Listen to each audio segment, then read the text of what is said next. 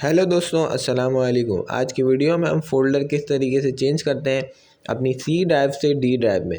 अब जो हम फ़ोल्डर चेंज करते हैं उससे हमारा क्या बेनिफिट है, क्यों करते हैं हम फ़ोल्डर चेंज। देखिए, हमारे सिस्टम में जो है वो स्पेस ज़्यादा बढ़ जाता है। जिसमें विंडोज़ होती है उसके अंदर स्पेस बढ़ता है, हम डाउनलोडिंग करते हैं तो इसकी वजह से जो है वो हमारी जो कंप्यूटर की परफॉर्मेंस स्लो हो जाती है। इसलिए हम जो है वो फ़ोल्डर की लोकेशन को चेंज करते हैं ताकि जो हमारी एक्सटर्नल ड्राइव है उसके अंदर काम करें। तो सबसे पहले आपने अपनी जो एक्सटर्नल ड्राइव है, डी ड्राइव, उसमें आना है। वहाँ पे एक फ़ोल्डर का नाम क्रिएट करना है जिसका नाम होगा डेस्कटॉप। इसी तरीके से आपने 3 फ़ोल्डर क्रिएट कर लेने हैं, डेस्कटॉप, डाउनलोड, डॉक्यूमेंट। जो विंडोज़ के अंदर जो बाय डिफ़ॉल्ट आपके पास सी ड्राइव के अंदर होंगे, डेस्कटॉप, डाउनलोड, डॉक्यूमेंट 3 आएंगे। तो आपने तीनों फ़ोल्डर एक जैसे सेम जो है नाम के बना लेने और जो है अपनी डी ड्राइव में उसको नाम रखना है उसका। और सी ड्राइव में भी आपके पास है। अब डी ड्राइव में जो आपने सेम डाउनलोड का नाम रखा है, फिर उसके बाद आप क्या करेंगे, उसके बाद आप जाएंगे सी ड्राइव में। सी ड्राइव के ऊपर जैसे ही आप क्लिक करेंगे, राइट क्लिक, उसके बाद आप जाएंगे प्रॉपर्टीज़ में। यहाँ प्रॉपर्टीज़ में जाने के बाद आपको लोकेशन का ऑप्शन दिखाई देगा। यहाँ लोकेशन पे आप जाएंगे तो आपको यहाँ पे दिखाई देगा हमारा जो लोकेशन है वो सी में। आप उसके ऊपर मूव पे क्लिक करेंगे। जैसे ही यहाँ पे आपकी जो ड्राइव है एक्सटर्नल, वहाँ पे जाके आप डेस्कटॉप देखेंगे।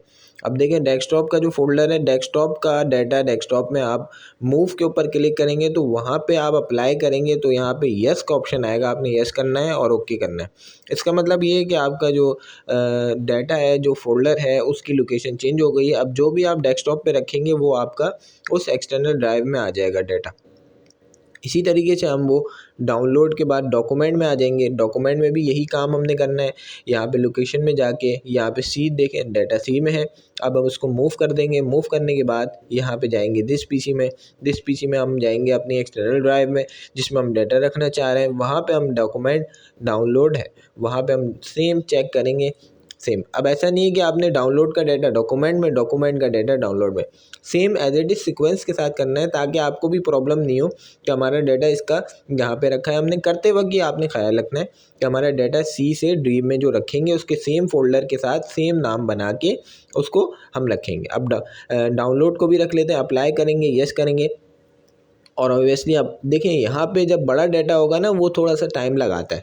अब ये सारा का सारा डाटा आपका सी से खाली होता हुआ डी में जाएगा। अब ये जो एक्सटर्नल ड्राइव आपने कनेक्ट करी है, ये डाटा आपका उस ड्राइव में जाएगा और उसके बाद आप उसको ओके कर देंगे। अब देखेंगे इसमें काफ़ी जीबी में डाटा था, तो यानी कि अब जो हमारा सी था उसमें स्पेस खाली हो गया और जो हमारा जो ड्राइव है वो हल्की हो गई, जिसकी वजह से विंडोज़ की परफॉर्मेंस ओके हो जाती है। अब बाज़ औक़ात यही होता है कि हमारे पास प्रॉब्लम आ रही होती है, हम जो है वो एचडीडी इस्तेमाल कर रहे होते हैं। बेस्ट रिकमेंड यही होता है कि आप एसएसडी इस्तेमाल करें विंडोज़ की इनिशियल जो डाटा वगैरह ऑन होने के लिए, ताकि विंडोज़ की परफॉर्मेंस हमें अच्छी मिल जाती है।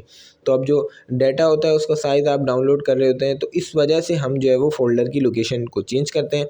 उम्मीद करते हैं वीडियो आपको पसंद आई होगी। अगर आप चैनल पे नए हैं तो हमारे चैनल को सब्सक्राइब करें और बेल आइकन को ऑन करें। Thanks for watching.